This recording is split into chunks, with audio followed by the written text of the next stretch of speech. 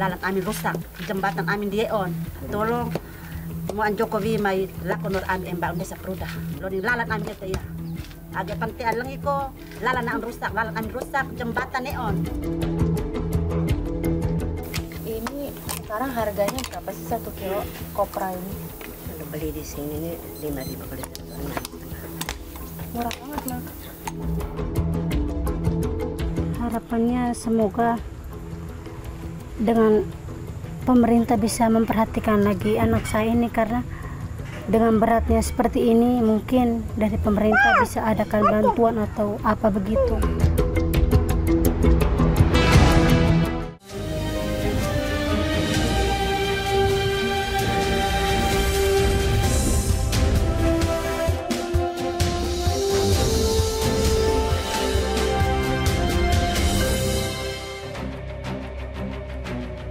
Panorama laut yang dikelilingi perbukitan ini menjadi suguhan pemandangan yang saya nikmati sepanjang perjalanan.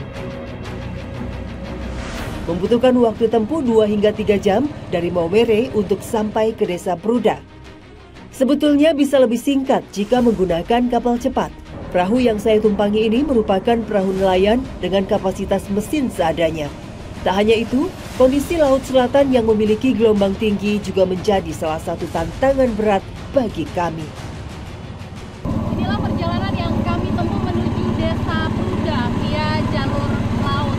Kondisinya memang seperti ini, apa adanya. Perahu yang saya tumpangi ini merupakan perahu nelayan yang tidak ada atap, jadi kalau hujan pasti kehujanan, panas kepanasan.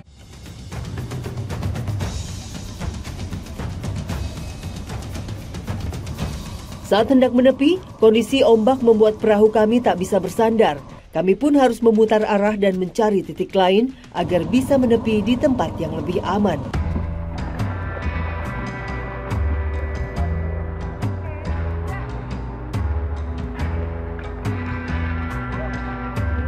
Makasih ya, Pak ya.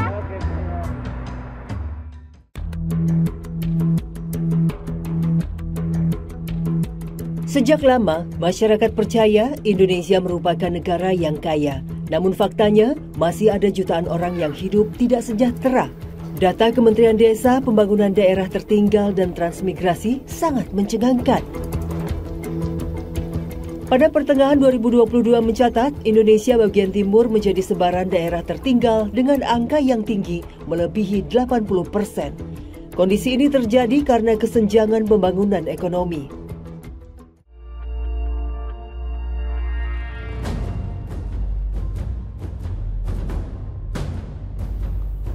Maumere menjadi pusat kegiatan ekonomi di Kabupaten Sika, NTT.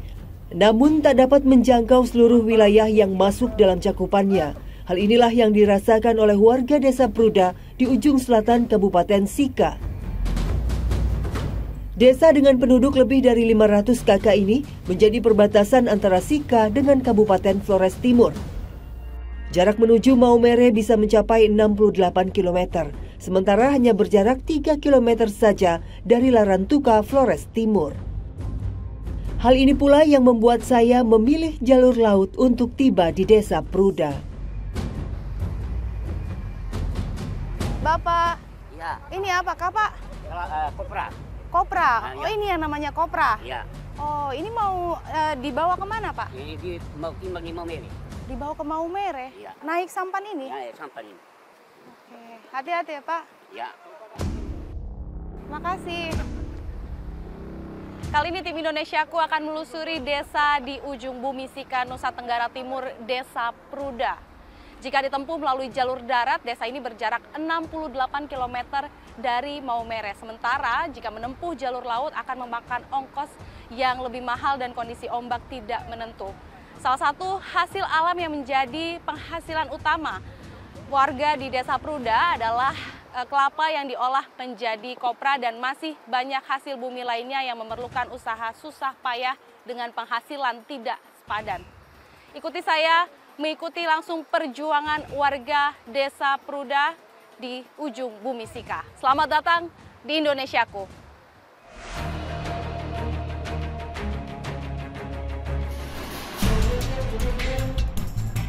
Desa Pruda dikenal sebagai salah satu sentra penghasil kopra di Kabupaten Sika. Sebagian besar penduduk Desa Pruda menggantungkan hidupnya dengan menanam kelapa untuk diolah menjadi kopra.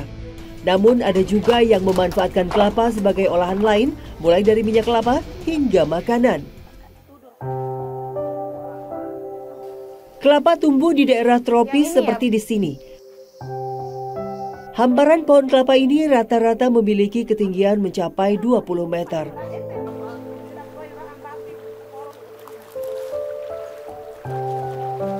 Kalau ke kebun biasa tidak pakai sepatu.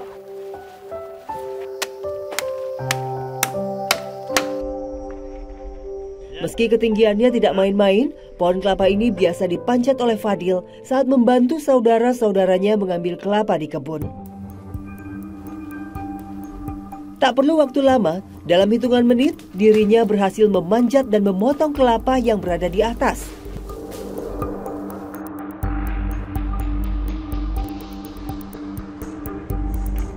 Ia sudah terbiasa meskipun harus memanjat tanpa alat keselamatan.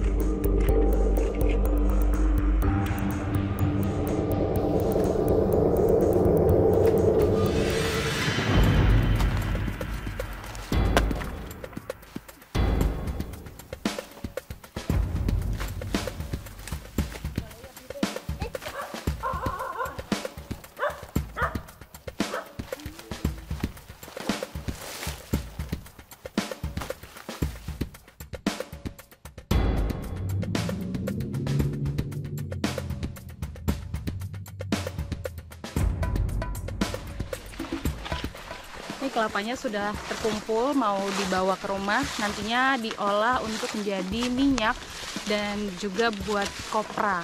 Yang diambil ini kelapa tua yang warnanya coklat seperti ini. Yuk.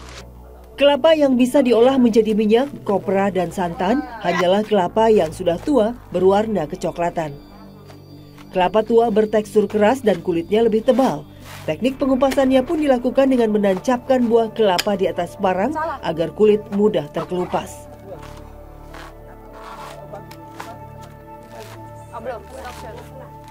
Harus telaten bagi yang tidak biasa mengupas kelapa dengan cara ini, karena bagian tajam parang berdiri mengarah ke orang yang hendak mengupas kulit kelapa. Ternyata ini ada teknik khusus ya kalau buat saya yang baru merasakan mengupas kelapa dengan cara seperti ini tuh sulit banget. Jadi ya juga harus hati-hati. Ini sudah benar, Mah? Tapi mama di sini hebat-hebat sekali. Iya. Kelapa tua berpotensi tumbuh tunas untuk menjadi daging buah yang baru. Tetapi tidak semua kelapa yang sudah diambil punya tunas di dalamnya. Kondisi buah kelapa yang terdapat tunas bisa dikatakan sebagai buah kelapa yang bagus untuk diolah. Saya bareng sama. Ibu-ibu di Desa Pruda biasa mengolah kelapa menjadi minyak kelapa murni untuk dijual. Tidak dipasarkan keluar dari desa, melainkan hanya dijual kepada penduduk setempat. Harga yang ditaksir juga amat rendah, berkisar Rp10.000 saja per 600 ml. Itu pun memerlukan waktu hampir 1 pekan untuk menghasilkan banyak botol berisi minyak kelapa yang dikemas. Karena prosesnya yang panjang, hari ini hasil panen tak mencukupi untuk berjualan. Tentu penghasilan ini amat rendah bagi Maria dan saudara-saudaranya yang tidak cukup untuk memenuhi kebutuhan sehari-hari.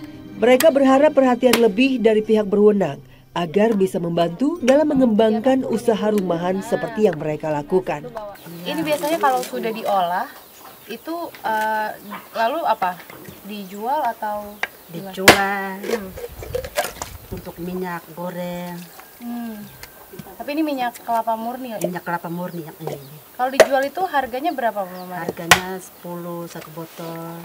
10.000. Iya, satu botol 10, 15 satu botol. Mama Maria biasanya kalau sehari itu laku berapa tuh? Tiap hari laku 1 botol, 2 botol. Mencukupi nggak buat kehidupan Mama Maria sehari-hari? Tidak bisa memang. Lalu kenapa nggak tadi mah coba untuk mungkin ke mana? Ke kota jual ini gitu. Seperti inilah kan punya jalan. Ada di lalan jembatan. lalat amin rusak, jembatan amin dieon. Nah, jadi TA kota transpora unia huang eon, mencukupi deon huangnya. Odi lalan keadaan lalan jembatan, ibu. Tolong mau Jokowi mai lakon nur ami embak desa Pruda. Lodi lalan ami eta ya. Agak pantian lang iko, lalan amin rusak jembatan neon. Wire digete od ami manupa. Usai dikupas, proses yang dilakukan selanjutnya adalah diparut untuk dijadikan santan. Banyak cara yang bisa dilakukan untuk mengubah santan menjadi minyak. Salah satunya melalui proses pemanasan.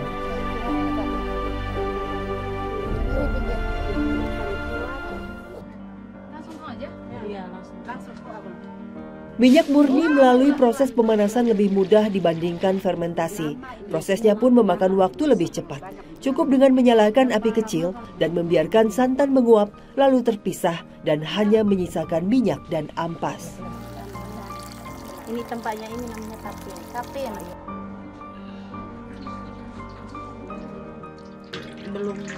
Belum ada hasil ini.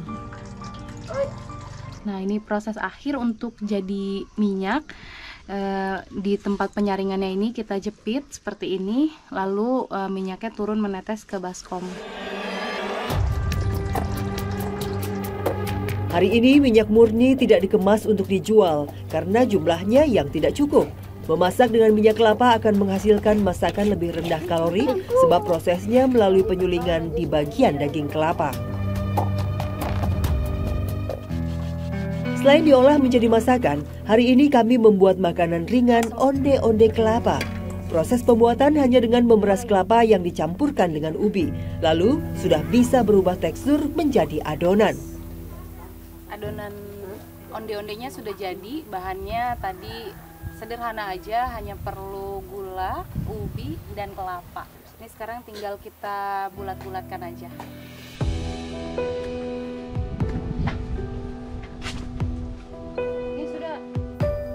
Adonan yang sudah jadi kemudian direbus.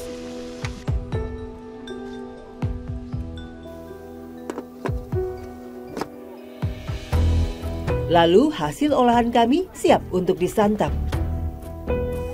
Tampilannya memang bukan seperti onde-onde manis, tetapi karena bentuknya bulat, warga di sini menyebutnya onde-onde.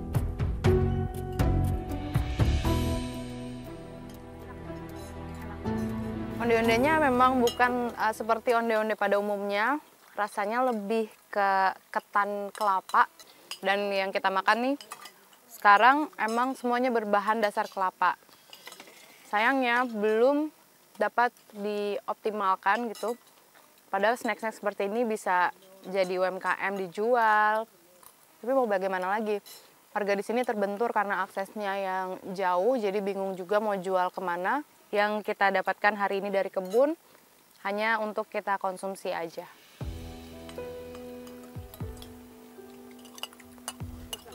Enak ya Bu ya? Ini tadi saya bikin loh yang saya bulet-buletin. Sebagai daerah pesisir yang banyak ditanami pohon kelapa, kopra menjadi salah satu penghasilan utama warga desa Pruda. Daging buah kelapa yang disebut kopra adalah bahan dasar untuk membuat mentega, sabun, hingga produk kosmetik. Warga di sini tidak memproduksi hingga menjadi barang tersebut, melainkan hanya menjual kopra yang sudah siap diolah. Buah kelapa dikeringkan dengan dijemur terik sinar matahari atau diasapkan. Proses pengeringan butuh waktu hingga 3 hari. Sekarang kelapanya ini harus dipanggang dulu. Karena cuaca lagi kurang bagus, jadi dijemurnya tuh dengan cara dipanggang seperti ini. Dan nanti kurang lebih dalam waktu 3 hari baru kering dan baru bisa isinya ini dicongkel jadi kopra. Warga desa Pruda sudah puluhan tahun bergantung nasib pada hasil penjualan kopra.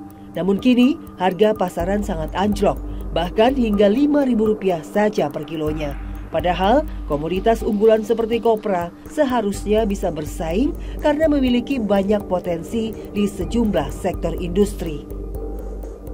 Ini sekarang harganya berapa sih 1 kilo kopra ini?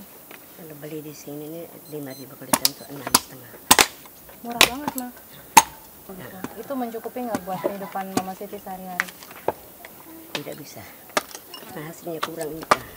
Mas itu pengen minta apa? Jembatan dan harga kopra. Minta turun hasil kopra ini mesti naik. Kalau Pak Presiden nonton mau pengen apa? Pingin aktivitas seperti lalan begini. Lalan orang hasil komoditi amnen halema. Dan kopra itu namun kakao nan beli.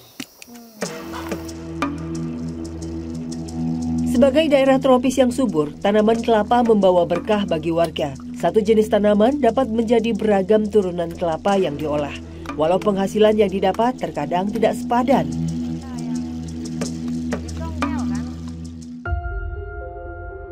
Hasil kopra yang didapat hari ini cukup untuk dijual ke kota Maumere. Saya bersama warga desa Pruda bergotong royong memikul hasil kopra ke sampan di pinggir pantai yang berjarak 5 km dari lokasi memanggang kopra. Nah, kita kasih ke situ Pak ya, taruh di situ. Lebih dari 10 karung sudah terkumpul, namun hasil yang didapat baru akan diketahui setelah ditimbang ke penampung di kota. Belum mengetahui hasil yang hendak diraup, warga di sini harus mengeluarkan ongkos terlebih dulu. Untuk bahan bakar sampan saja, warga terpaksa membayar Rp200.000 sekali jalan. Sungguh perjuangan luar biasa bagi mereka, warga pesisir perbatasan Sika, untuk bisa bertahan hidup di tengah kondisi yang serba tak pasti.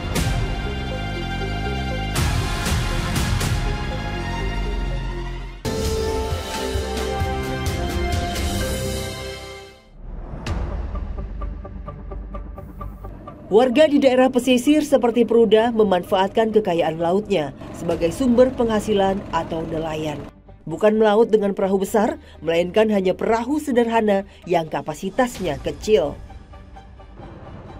Yosep yang sudah puluhan tahun melaut selalu bersyukur atas hasil yang ia dapatkan, walau kerap kali diterpa ombak kencang.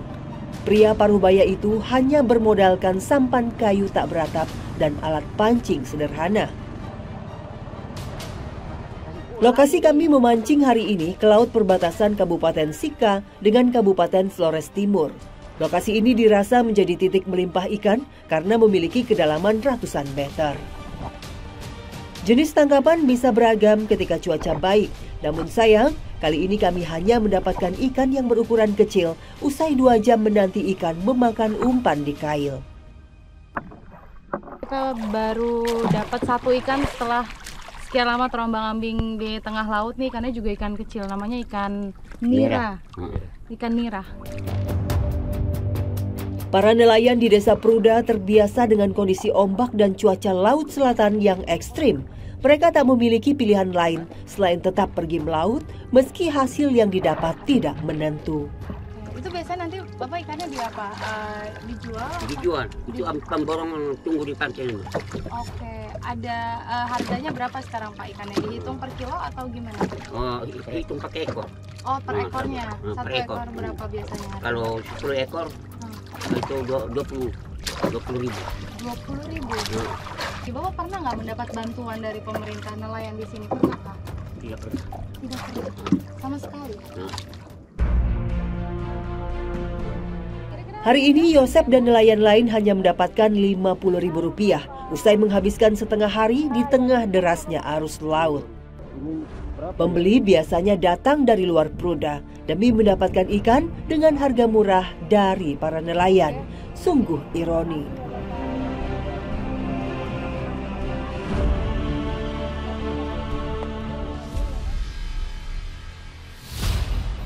Dari 6 desa di Kecamatan Waiplama, Kabupaten Sika, NTT, Pruda menjadi desa dengan angka anak stunting tertinggi. Jumlah tersebut berdasar dari data Dinas Kesehatan Kabupaten Sika yang mencatat 23 anak stunting berdomisili di desa Pruda. Beragam upaya telah dilakukan pihak pemerintah desa, salah satunya dengan alokasi dana untuk program PMT atau pemberian makanan tambahan yang sudah berlangsung pada Juni hingga Desember 2022 silam. Upaya tersebut tidak semata-mata mengubah kondisi anak stunting di desa ini. Banyak orang tua yang cukup bekerja sama dengan periksa rutin ke puskesmas pembantu Desa Pruda. Namun ada pula yang memilih berdiam diri di rumah. Padahal pengecekan tinggi dan berat badan rutin anak wajib dilakukan untuk mengetahui tumbuh kembang anak agar lolos dari kategori stunting. Sula sebagai bidan Desa Pruda yang merupakan penduduk asli sudah mengabdi selama 5 tahun. Sementara rekannya Helsi menjadi mantri Desa Pruda 7 tahun lamanya. Mereka biasa pergi menjemput bola ke rumah warga jika tidak hadir di pustu saat pemeriksaan rutin terhadap anak stunting. Hari ini kami mengunjungi rumah Akila. Bayi berusia hampir 2 tahun ini hanya memiliki berat badan 7,4 kg saja. Memprihatinkan ketika melihat paras polos Kila yang sudah dinyatakan stunting sejak lahir. Faktor penyebab stunting ternyata berpengaruh sejak kehamilan ibu dalam kondisi KEK atau kekurangan energi kronis. Selin sebagai ibu Akila melahirkan saat usianya masih 21 tahun secara prematur. Dirinya mengetahui kondisi anak pertamanya sudah dinyatakan stunting. Tetapi kini ia tak bisa berbuat apa-apa dan mengaku berada dalam kondisi serba sulit. Nah, kalau untuk kesehari-hari Bu, untuk bayi seperti ini ya maksudnya masih di bawah 2 tahun juga, itu ada kesulitan nggak sih untuk misalkan memenuhi kebutuhannya seperti susu atau apa gitu? Ya, kalau untuk pemenuhan kebutuhan susah di susu, makanan begitu. Kenapa itu Bu? Susah makannya. Susah makannya. Iya. Harga susu mungkin di sini Mahal. Mungkin jauh dari kota jadi mahal. Harapannya semoga dengan pemerintah bisa memperhatikan lagi anak saya ini, karena dengan beratnya seperti ini mungkin dari pemerintah bisa adakan bantuan atau apa begitu. Ya. Sudah selesai. Yeay. Masalah kurang gizi seperti Akila kerap ditemui di daerah lain di NTT. Desa Pruda menjadi penggalan kisah dari jumlah keseluruhan penderita stunting di NTT. Dinas Kesehatan Provinsi mencatat hingga Agustus 2022, lebih dari 77.000 orang masuk dalam kategori stunting. 19.000 diantaranya berusia di bawah 2 tahun. Penanganan harus dilakukan bersama-sama agar dapat menuntaskan permasalahan stunting ini. Ibu memang sudah rutin melakukan pemeriksaan ke rumah-rumah kayak gini atau gimana? Iya, sering. Kalau ada anak stunting yang kayak kita pesan untuk datang kunjung tapi mereka tidak datang kunjung, ya kita harus kunjungi rumah mereka dan lakukan pengukuran tinggi badan dengan berat badan, pengukuran lila. Oke, memangnya apa ya kategori stunting itu bagaimana Bu? Itu dilihat dari pertumbuhan dan perkembangan anak di setiap bulan. Nanti itu kita mengukurnya itu tinggi badan harus sesuai dengan umurnya, apakah sesuai atau tidak. Faktor dari stunting ini penyebab masalah yang pertama itu berawal dari masa remaja. Masa remaja seorang ibu mungkin saat ibu waktu remaja mungkin kurang meminum vitamin seperti tablet tambah darah. Seterusnya sampai di usia kehamilan sampai mereka hamil, pasti ibunya itu kita mengukur yang lilanya itu tidak sesuai dengan standar. Kalau ibu tadi bilang ibu ini melahirkan itu di usia prematur ya? Iya. Dan sangat muda. Sangat muda. Itu pengaruh kah? Pengaruh. Itu juga pengaruh untuk persalinan nanti terjadi kelahiran anak itu bisa prematur, itu bisa juga proses pertumbuhan dan perkembangan itu terhambat.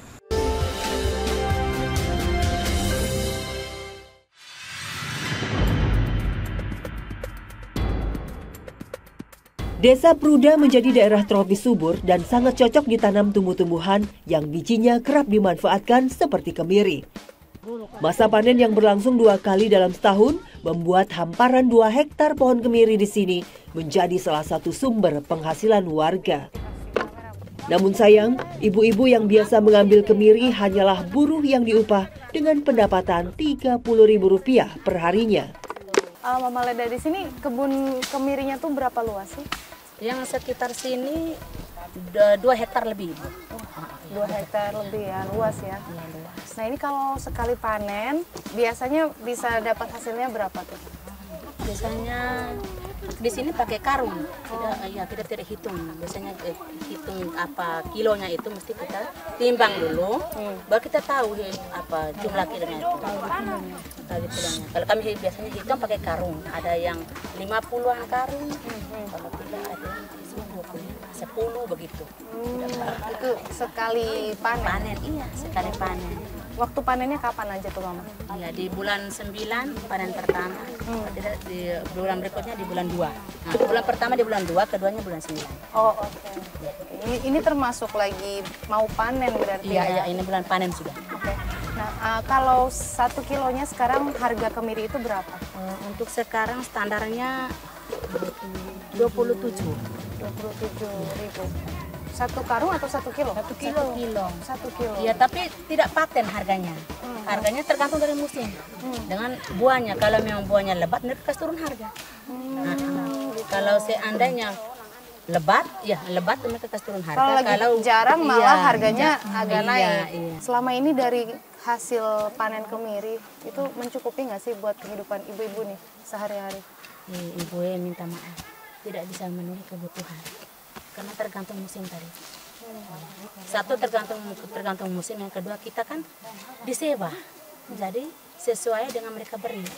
Contoh upah tiap hari kan dengan kami kerja tuh cari kami itu 30.000. Iya. 30.000. Jadi ibu dapat hasil dari upah dan per kilonya yang didapat tadi atau gimana? Kami dapat hanya di upahnya saja. Upah saja. Iya. Kemiri milik orang. Pohon kemiri dinilai multiguna sebab menghasilkan buah yang bijinya memiliki banyak manfaat. Selain untuk bumbu dapur, kemiri juga dapat mengatasi banyak masalah kesehatan. Usai mengambil kemiri di kebun, ibu-ibu kembali ke halaman rumah untuk menjemur dan mengupas kulit kemiri. Hasil yang didapat hari ini cukup untuk dijual ke penampung setempat. Proses akhir dari kemiri sebelum dimasukkan ke karung untuk dijual, yaitu dikupas. Kalau orang sini bilangnya dititi. Nah, dengan cara digeprek ke batu seperti ini. Sayangnya sekarang harga kemiri di pasaran lagi turun karena jumlah panennya yang banyak. Jadi harganya sekarang hanya sekitar Rp10.000 aja per kilonya. Bapak.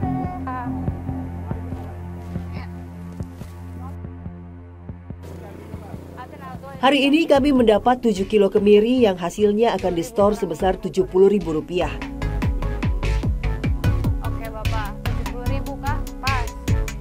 Upaya Leda dan kawan-kawannya sebagai buruh upah patut ditiru semangatnya, meski hidup di tengah kondisi serba pas-pasan.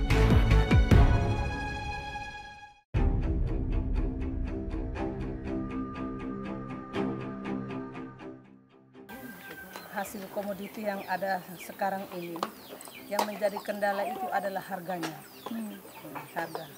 Harga itu yang pertama pedagang yang datang beli di Pruda ini dengan harga yang murah. Kalau yang faktor yang menjadi kendala di sini adalah jangkauan. Ya, karena desa Pruda ini letaknya jauh dari ibu kota Kabupaten Sika, yaitu 68 kilo. Sehingga warga tidak bisa jual ke kota. Karena yang pertama jarak, yang kedua infrastrukturnya tidak mengizinkan mereka, yaitu juga jembatan, jalan dan jembatan. Apalagi Pruda ini ada di wilayah pesisir pantai dan juga dekat dengan ini daerah perbatasan Flores Timur, Kabupaten Flores Timur. Kondisi penuh ironi yang dihadapi tak membuat surut semangat warga desa Pruda. Mereka tetap gigih meski harus berjuang sendiri untuk memperoleh kehidupan yang mencukupi.